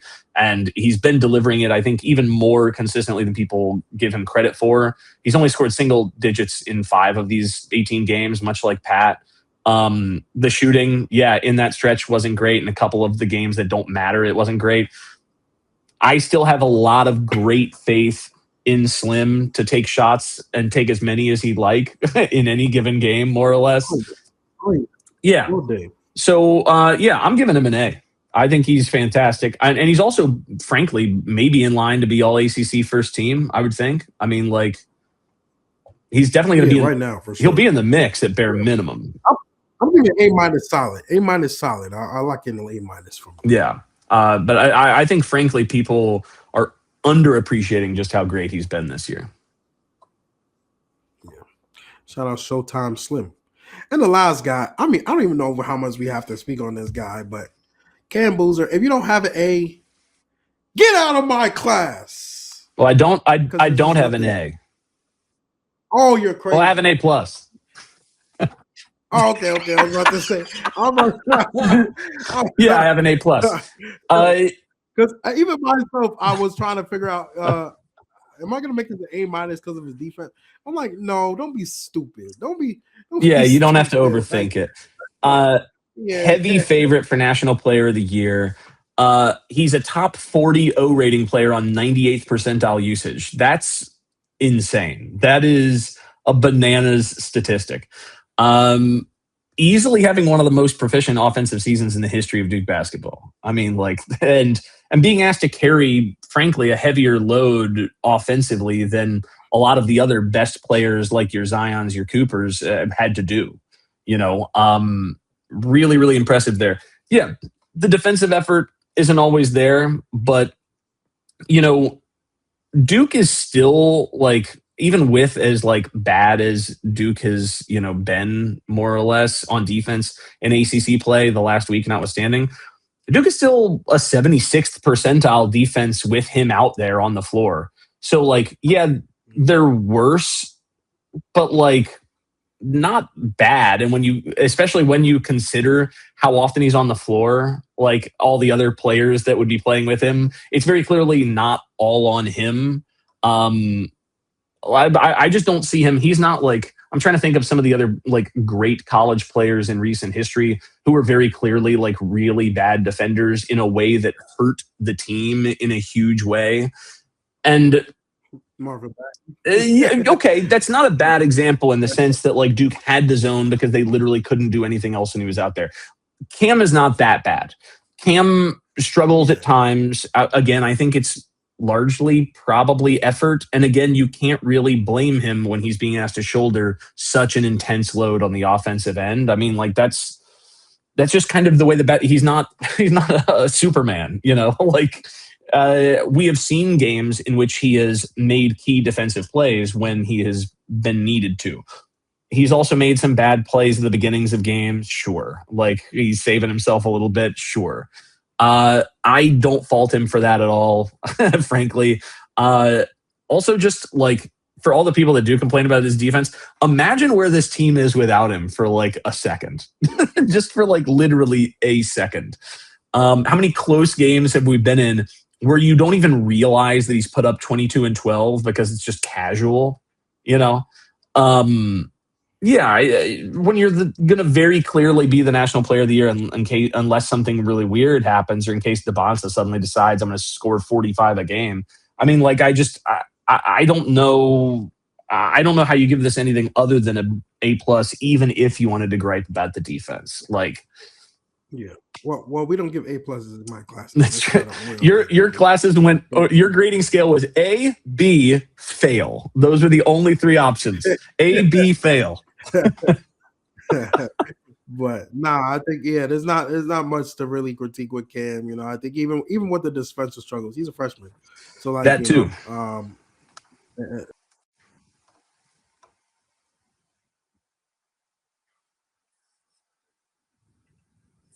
Expect to be an issue for him. Sam Vecini, is that how you pronounce his last name? Yeah, Vecini. Yeah, he's been good at kind of breaking down, because a lot of people will say, "Oh, Caleb Wilson's a better defender than Cam Boozer." I think he's had some great stuff. I think it's TL too, Field 68 TL, that's called it out that Cam is actually a better defender overall than Caleb Wilson. Caleb Wilson is the athlete, but Cam, in terms of positioning and being in the right spot, has been way better than other people might really realize. So yeah, man. Hey, nothing else. Nothing else. You can't give it anything else. I think the Cam versus Caleb thing is similar to the Pat versus like other Duke bigs thing too, where like people love a big, sexy, highlight athletic play, right? Like somebody jumping out of the gym or like doing like something freakishly athletic that a guy of a certain size shouldn't be able to do. And like Caleb has that for sure. And Cam, frankly, doesn't really have that. That's not the kind of player that he is. Cam is only like just kind of the smartest and most efficient offensive player in college basketball, maybe in the last couple of years. I mean, like, it's just insanely impressive what he's doing. And, honestly, I'm excited to see the rest of the year. And honestly, final point at Cam, and this, I think Sam made this point as well. He called him the most versatile player in college basketball, which is true. I think he actually might be the most versatile player we've seen at Duke. If I look at it, maybe Christian Laettner, but it depends on whether you include versatility with defense as well. No, right? I'm just saying offensive. Yeah. Okay. Yeah. You might be right on that. You literally could use him anyway. Whether you want to have him as a spot up shooter, whether you have him as the big screening, popping out, big screening, rolling. He could be the ball handler. Like you could just put him in the post. You could put him in the mid. Like you could do anything with ISO him. You could ISO him too. There's not one thing he can't do offensively, and I think that is very special. But yeah, I think there are players that are better at individual parts of the game that Duke has had than him, but I don't know that there is anybody who has been as good at all of the things. Everything. Like have every single thing in your bag. Yeah. So shout out to Cam, man. Lead us, man. Lead us, King. Get us. I would say any year we've had a National Player of the Year candidate or someone who's won it, we going to at least the Elite Eight. So we'll see. And model of consistency also. I mean, like, again, goes without saying, like what's his low on the season in a game that mattered is like 17 points. 5 rebounds, like something like this. I mean, and in the game that I just mentioned, the FSU game, 17 points, 5 rebounds, he got 9 assists. Just like very casual. People saw that as an off game too. That's crazy. Three turnovers.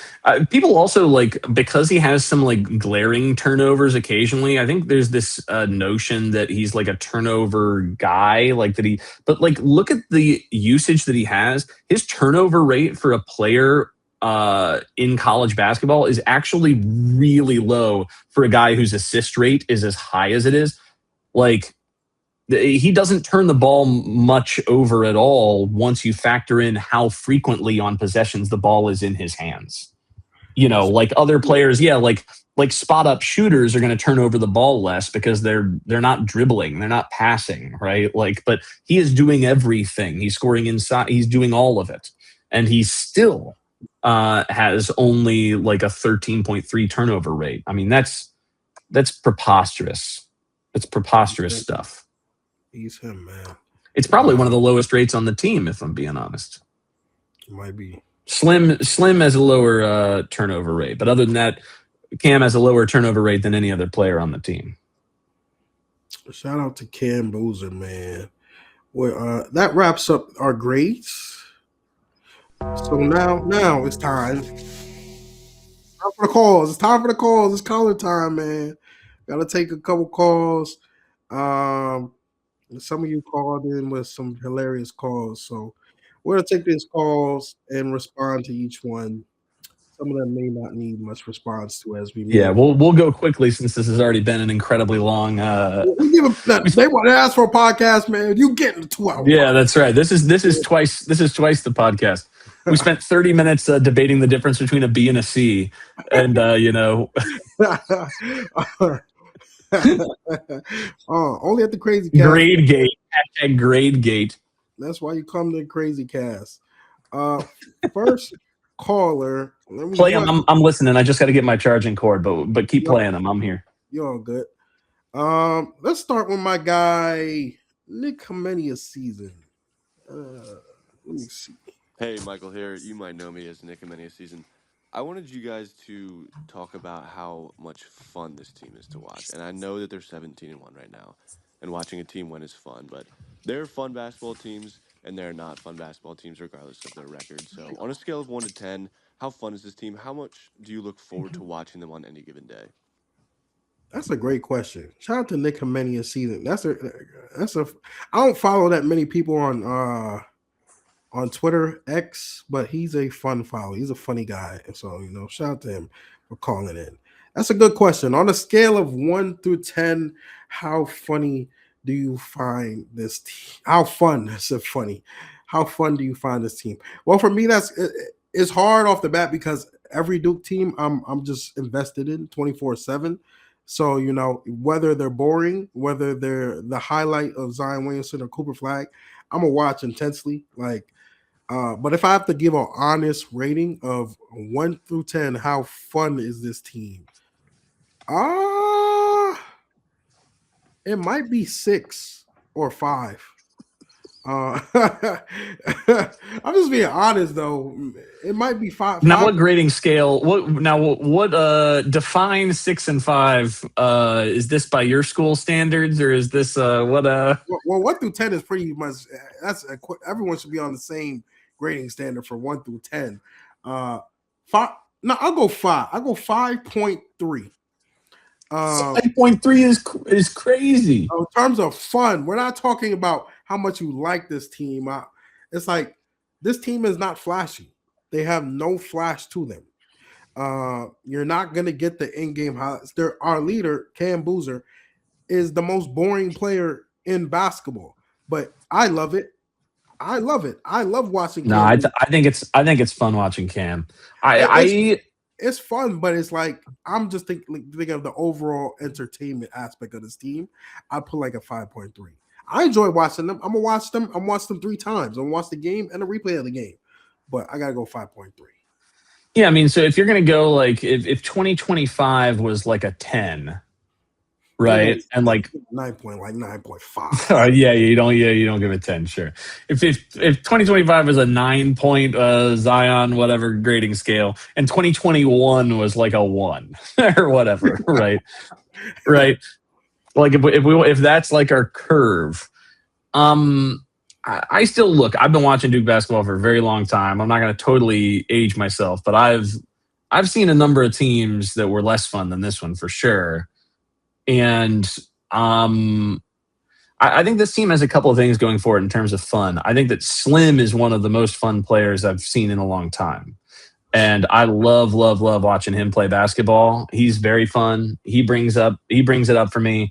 I think that Cam is just so efficient. Like, I do think there's fun. Yeah, it's not highlight reel stuff, but when he gets the ball down low, it's fun to just go like, how's he going to do it this time? And then he does it like every time. You know, I find that to be great.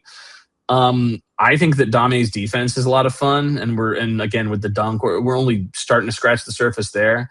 It's not a freak athlete team for sure, but they also they close games, they win games. There have been teams that are more fun where at the end of the game you're bracing for the fall apart, and in this game or this team, there's something fun about if it's a close game down the stretch.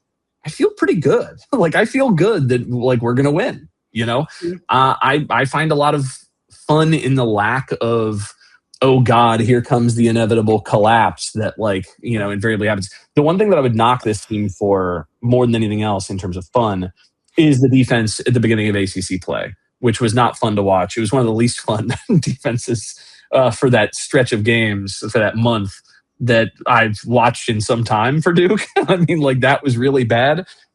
Then you cancel that out with some of the incredible defense down the stretch of the Arkansas game, Michigan State game, Florida game, where I was jumping up and down and cheering and getting complaints from the neighbors, right? So I'm going to go like a good, clean 7, you know, somewhere in there. Strong, okay. Yeah, 7 feels right for me. Yeah, to each his own. Good question, though, Nick. Here we go. Oh, I gotta play this one. What's up? Let's start out with we are black, but I am not black. Yo, this is Ted. Love the show. You know, I'm thinking now as Scheyer's leaning into these Maliq lineups. I think as we try to shore up the defense, and the defense has gotten shored up, you know, we're leaning into these Maliq lineups, and I'm wondering, obviously, that doesn't help the three-point shooting, and he was so focused on us being a three-point shooting squad. Do you guys think we can run to the chip, shooting less threes and really focusing on our inside guys and our inside scoring, inside out, shooting threes more opportunistically as we try to get some defensive lineups, some lineups that are both efficient defensively and offensively? Well, number one, Ted, your voice is good for we might have to do some like advertisements, like in episode using your voice. Shout out to the reference "We Are Black." That's a episode 1. I'm pretty sure that was our first episode where that happened. So shout out to you. That shows you're a real fan. Somebody make t-shirts. But to your point, I do think shooting less threes can benefit us. I've always kind of been in that boat of playing. I don't think it's a matter of we just have to cut off our threes. I much more prefer our threes to come from inside out. I want us to be an inside out team, you know, where people are collapsing on us defensively inside in the post or down low because we're just dominating you and punching you in the mouth in the paint. We saw a little bit of that in Stanford, but even with Stanford, we just didn't have to even kick it out because we were getting the bucket anyway. But I just think our potential of just being an interior scoring team is so high that, you know, we can benefit. Not to say we haven't got open threes without it, you know, because like I said, and we said in this show, like Nick, Dame, they've been open a lot of the season. But I do think we may benefit a little bit more from being an inside-out team. And I do think we can make a run with that concept. I mean, outside of the Stanford game, Duke continues to sort of shoot threes at the same clip that they've been shooting them. Basically 50-50 split between twos and threes, with, maybe one or two fewer threes here or there, or one or two fewer twos. I think that a big reason why we're doing this generally is to give Cam the space that we want. I think that if Duke, but here's the game theory behind it. Maybe I haven't spoken to anybody who's told me this, but this is why I would guess you would see enough possessions end with like a Dame 3 or a Cayden 3 or a Nik 3 versus continuing to try to force it into Cam. If Duke looks reluctant to launch at any given moment, then I think there's a big fear that, with Cam and Pat being as efficient as they are, the teams would just pretty clearly collapse and go, okay, shoot threes.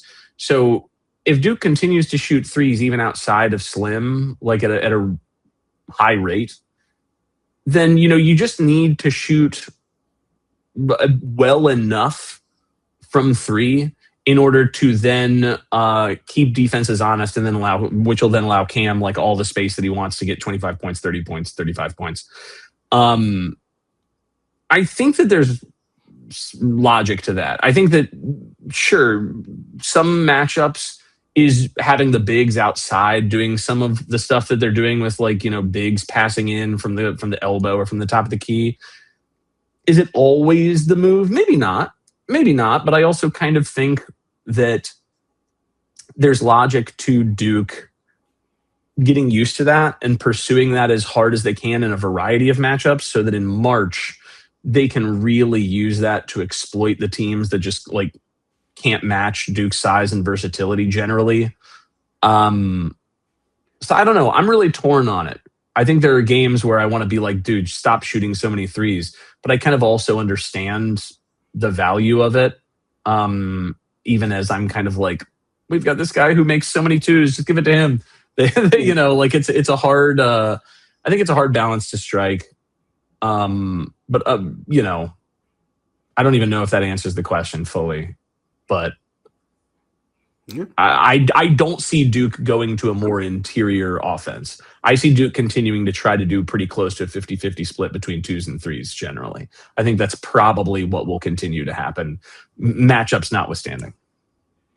We'll see. Next up, Bo.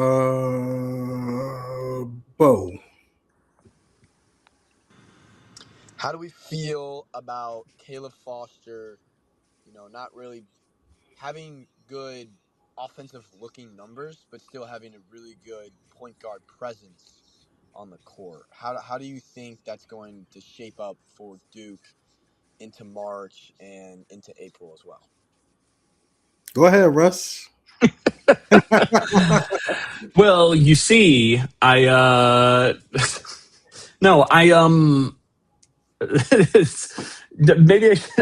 should have factored in point guard presence.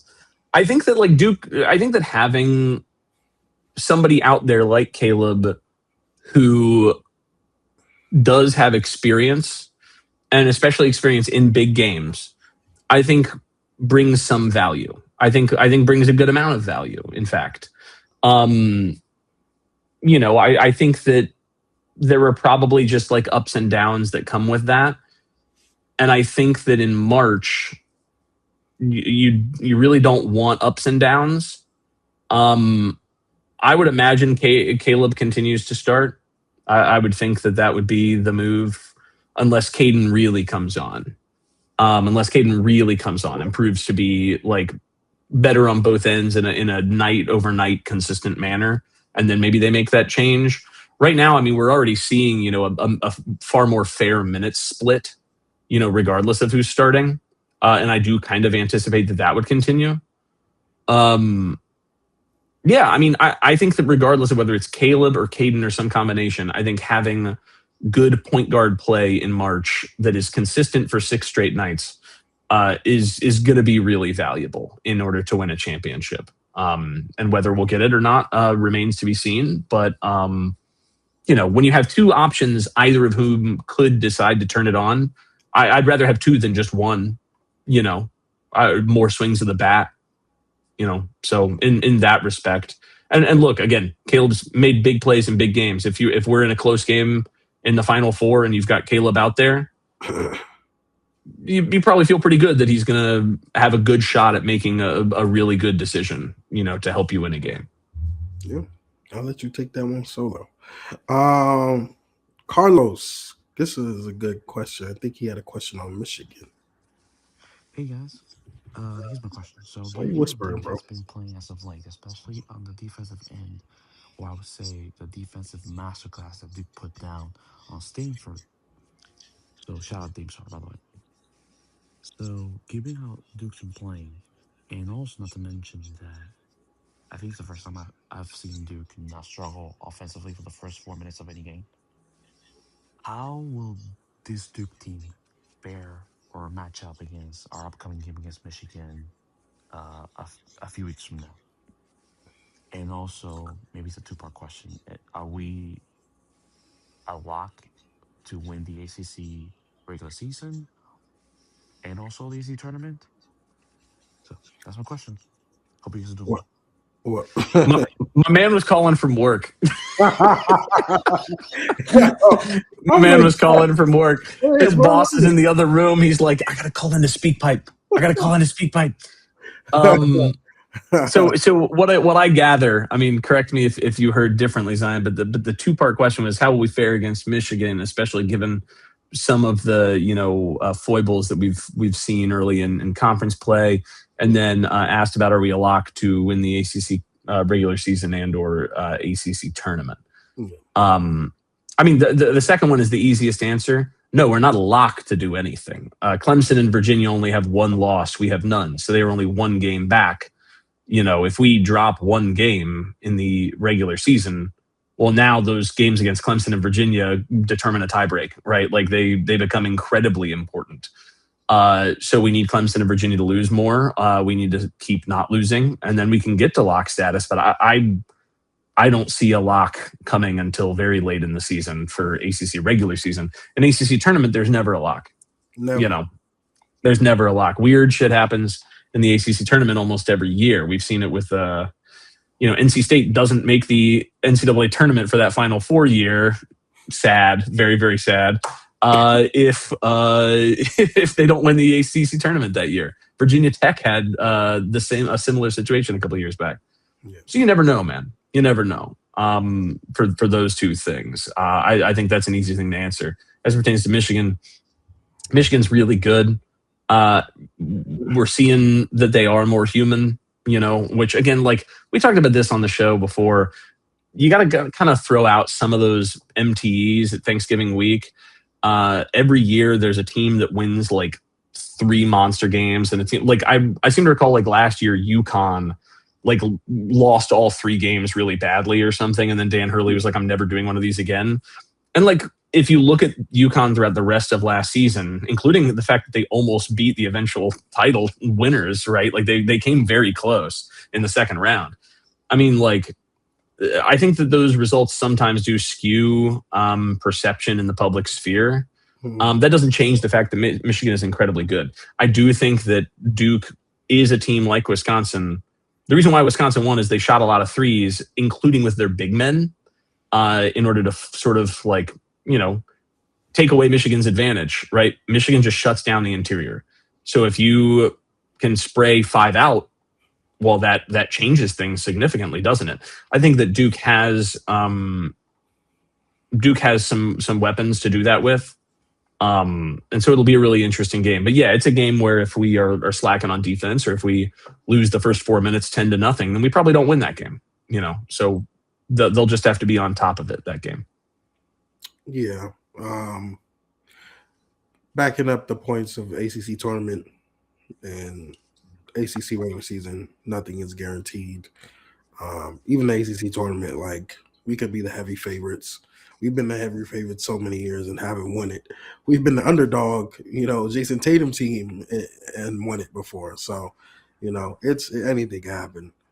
It's like the NCAA tournament. Pretty much. Yeah, no lock. Michigan, I think them coming back to a reality um will maybe calm down a lot of you guys' nerves because some of y'all were been tweeting at me we're gonna lose by 30 to Michigan. Like I said, I don't think a John Scheyer team, especially of this caliber, is not gonna lose by 30 to anybody. Um, not lose by 20 to anybody either. Knock on wood. Don't knock on wood. Knock on wood. But I do think it'll be an interesting matchup given they do have three big men that could put us in foul trouble early, especially two guys who are strictly interior guys, in Mara and Morez. So it'll be an interesting matchup. Again, like Russ said, we'll have to hit our outside shots, and this team is very hot and cold with that. So hopefully it's a good night shooting the ball. And yeah, I think importance of a guy like Dame. I'm not as worried as about a guy like Elliot Cadeau, but with this team, this is literally the perfectly constructed team for Elliot Cadeau. That's why he's maybe been seen little as a positive guard versus his years in Carolina. Where everyone kind of blamed him for being the reason why they were bad. But I'll be interested how Dame's used. Does he draw the assignment of Yaxel if Yaxel's at the three? Does he Yes. cut him off and basically make him a spot up shooter because he can't put the ball on the ground against someone like Dame Sarr. It'll be interesting. It's a lot of interesting matchups with this game. Obviously, Cam versus Cam. There is no matchup for Cam, so I'm not gonna act like I don't care how big Michigan's front court is. Florida's front court was monster too. And Cam handled them. So there is no matchup for Cam. So we'll see how it goes. It's a toss-up game. It is neutral site. It'll be packed in DC. So we'll see. Michigan allows a ton of 3-pointers to be taken. And they are number one in 2-point percentage offense and number one in 2-point percentage defense. So, you know what they're going to want to do. They're going to want to beat you up inside some on both ends. And one of the best ways to counter that is to have a really good outside game. They also want to run. Duke will want to run. Michigan will want to run more.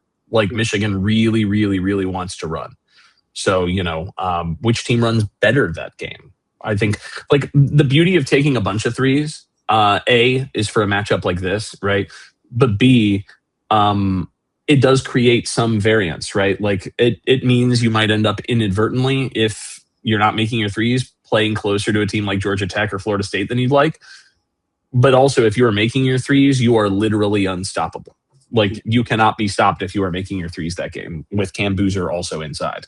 So I think they're trying to unlock that, back to the previous question a little bit, right? But like, they're trying to unlock that point where if you're playing a Michigan or a Houston or like any of these games that any of these teams, a Florida rematch even, that really want to like pummel you inside and hit you and discourage you and whatever. If you're making a bunch of threes, that takes away their strength in such a huge way. Yeah. So that helps. It'll be a fun matchup in DC. Only take one or two more because this podcast is going on too long. Sorry for everybody who called in. Yeah. Calls. Let's get our guy, Blue Devil Junkie. What's up, Crazy Cast? Long-time caller, first-time listener. I just want to say, I don't know what makes sense. Grading scale we can put Cayden Boozer on. He's passed the course. He doesn't have an A+. He's passed it. He's graduated. He's moved on. He has been ridiculous for us so far. We go from Cooper Flagg having what people would argue best freshman season of all time. It's probably still 80. But to Cayden Boozer, I mean, he's almost underrated at this point. Points, rebounds, assists, it's off the charts. Defensively, yes, he's not as good as Cooper. AD was otherworldly. But one thing that we've never had to worry about with Cayden Boozer is availability. He doesn't do stupid fouls. We've never had, at least I can remember, Cayden Boozer's in foul trouble. How are we going to... He got 3 in the first half. How are we going to handle this? He's always there. He knows... He plays defense like he's not the best defender. He's not fouling. He's not getting aggressive and compounding his mistakes. He knows his weakness. He still plays it as a strength to where he's always available on the court. He's got stamina. He could probably play the whole game. He's just been like everything I could have expected from him. Double it. He is insane. Yes, absolutely. Yes. I don't know what you want to say, but yes. Next call. Will. Thank you, Blue Devil Junkie. Thank you, everybody. Shout out to Will. Let me get Will and be done. So not really sure yet that this team is really as good as their record shows. Their record's been unbelievable. I mean, if you had told me they'd be whatever and one, I don't even know what they are, but 16, 17 and one through however many games with this schedule, I mean, it's unreal. But anyways, they definitely have a clutch gene, and they definitely know how to win. I don't know if that comes from Evans and Boozer. That's what I personally believe it is. But I don't know if it's like a team mentality or what, but they definitely know how to win down the stretch, which is a great thing that I believe we definitely saw that we lacked last year. At first, I was a little worried about this team in the beginning as far as figuring out their roles and like their identity. But I think that's starting to form and take shape, especially like on the defensive end. I think we need to have our identity as a defensive team, and defense turns to offense, and we have enough guys that are talented enough on offense to give us enough offense to win games. Definitely, as far as roles and identities, Boozer is our guy. Most offensive possession should go through him. Evans has emerged as our clear number 2 guy, which is what we needed, especially on offense. Dom comes off the bench to run I'm gonna offense sit around, Will. Let me and more see. comfortable. And like I said, he's just embracing his role. Just wondering if you guys agree on the fact that he's the most important piece for Duke to take that next step. He's playing more runner. My opinion is I think it's the emergence of Dame Sarr. Okay, so it was Dame. My fault, Will. That was a long message, man. Y'all got to keep this down a little bit. I know it's a 90-second limit. Make it 40 seconds. His question was, is Dame Sarr? Let me repeat that. You guys agree on the fact that he's the most important piece for Duke to take that? Okay, is Dame Sarr the most important piece? You could make that argument. I'd say maybe yes. Frankly, I think that consistency from either Cayden or Caleb or both might be more important come March. Maybe just because, I kind of think Dame is already where we need him to be. Like, if he doesn't improve at all and just continues to hit threes at 50% and defend at an all defense level, then he's kind of already what we need.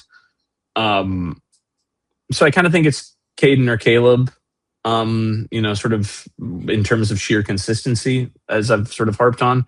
But Dame playing more and continuing to play more is also incredibly important. Yes, absolutely. Goes without saying.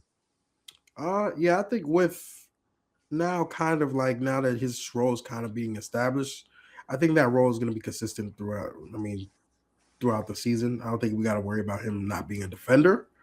Obviously, he still needs to hit shots. That's where it is important. The importance is going to really, what if we're going to determine if that's going to be the X factor or not. I'm still in the same boat as Russ. I feel like it has to be Caleb. Just Caleb. I don't even know if Cayden has to be that X factor. I think it's Caleb. If you can kind of get the player we saw, in moments against Arkansas, MSU, and then obviously Louisville, then it's going to be really hard to beat Duke. It's going to be really hard to beat Duke because you're getting what you're going to get from Cam. At this point, you kind of know what you're getting from Slim. So if you get that third guy, and even Pat's been pretty consistent himself. So, if Pat plays like Pat, then we're all going to be kind of looking at Caleb. What did Caleb do to kind of put us over the top? So I think Caleb will be that X factor. Yeah, I only throw Cayden in there in that we need somebody at that position to play consistently and well. And Caleb has more of the pedigree and has had big moments in big games more in his career. But if the light just turns on, then the pressure's off Caleb more. to become more consistent is really more of the point. I expect that Caleb is the one that we're going to ask all of this of. But either way, it just needs to be somebody in that position because Slim is there, Dame's there, Cam's there, Pat / Maliq, depending on matchup, is there. It's really just that one other position. Yeah. Well, that wraps up our long. We gave you all 2-hour podcast. You know, we've been away. No more complaints. No more complaints. We gave you 2 hours during a bye week, so you got plenty of time to look this over. But yeah, we'll be back soon. We're still playing. I don't think we're gonna be back after Wake Forest, but we'll see. Next week, I think we have some bigger games next week. I want to see. Are we playing Virginia next week? We play Louisville on Monday. We play Louisville. Okay. Oh, it's a Saturday, Monday game. Okay, we'll be back Monday. Yeah, Monday. That's a big one for sure. Hopefully sweep after a Louisville sweep. But yeah, we appreciate y'all for tuning in. Let us know your thoughts as always. I'm sure y'all will on these grades. How would you grade these people? How would you grade Caleb Foster? Because I know that's gonna be let's be real. That's gonna be the one. That is gonna be the one. Don't take these grades personal like y'all do past years.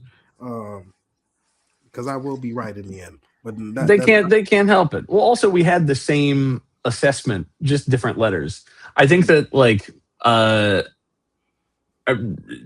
we've talked at length, I think, and what I'm proud about as it pertains to our show is that there are the shows that do nothing but glaze and will not criticize, or there are people, maybe shows isn't the right word. There are people, there are personalities who will do nothing but say everything is great at all times. And then there are the people who say we suck every time that there's a bit of adversity. And the goal of being a nice, even-keeled fan is to find that middle where you are not taking personal pot shots. These are all good kids and good players and good dudes. They're all trying really hard. They're not, there's no personal attacks here. They all are incredibly skilled and athletic and talented and everything else. But then finding ways of having even-keeled discourse about, well, here's where we think things could improve. Yeah. Rather than saying they suck. It's, well, no, they've shown they don't suck. It's just about finding some consistency, which we hope that they do and have faith that they will. Yeah. Never personal. We just want to be honest with y'all. But with that being said, we appreciate y'all for tuning in. This has been another mid-season grades by the Crazie Cast. We'll see y'all soon. Go Duke.